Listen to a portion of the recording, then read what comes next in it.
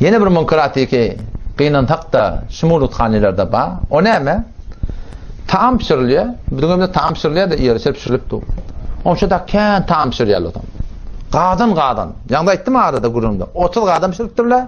Kıynantakta o mesli ilmen attır. Onun şu taamlara bereket geliyor diyen etiqatlar var. Ne için bereket gelmiyor böyle?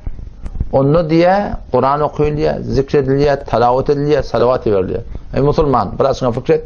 Beter fayda olma da Türkmen dürtmesen düğmer diye. Men ettiğim baba şu Türkmen beter fayda. Dürtünde düğün aksı diye men. Dürtüp dön baba. Kur'an mengömde okuyuluyor. Kur'an tengömde okuyuluyor akmı. Tengömde namaz okuyulmuyor mu? Tengömde zikredilmiyor mu?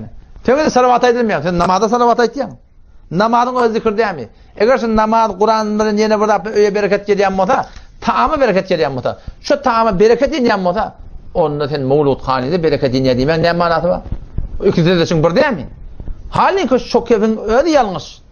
Kesin şu taada sana bereket geliyor deyip kim aydıktır bereket geliyor deyip sana? Kur'an'a aydıktır mı? Hadise aydıktır mı? Hanefi mezhebe aydıktır mı? Eğer şu Kur'an zikir telavatın için bereket geliyor mu da? Onda bizim hemicik ölümündeki taamla ne deme oluyor? Bereketli deme oluyor Müslüman doğun. Yine bir münkeratının bir ne mi? Şem yakkallı ortam.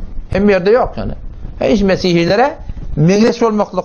O bir başta da bir yeni münkeratlarının biri var. Huday hakikaten mevlud okumayan adam var. Ne kadar sayısı Müslüman yeni arkadaşlar.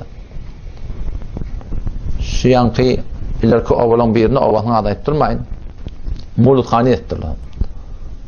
O zaman şunun oğlan takdirlerinin biri şu da ayet-i Kur'an okuyup Sure-i Yasin'den yetikin kıyametin olacak. Mevlud okuyalım. Burada haylansın cennete karşı.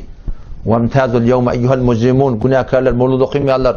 Burada tavuşun cehenneme karşı inip diye yani ölçü daha da tefsir edip sıkıyıptır. 11. Cezimi kurum verdim ha. Şöyle kullen ödünü kabul etmeyen adamlar Huday'da kalma rahim Müslüman nimete kıyım olur.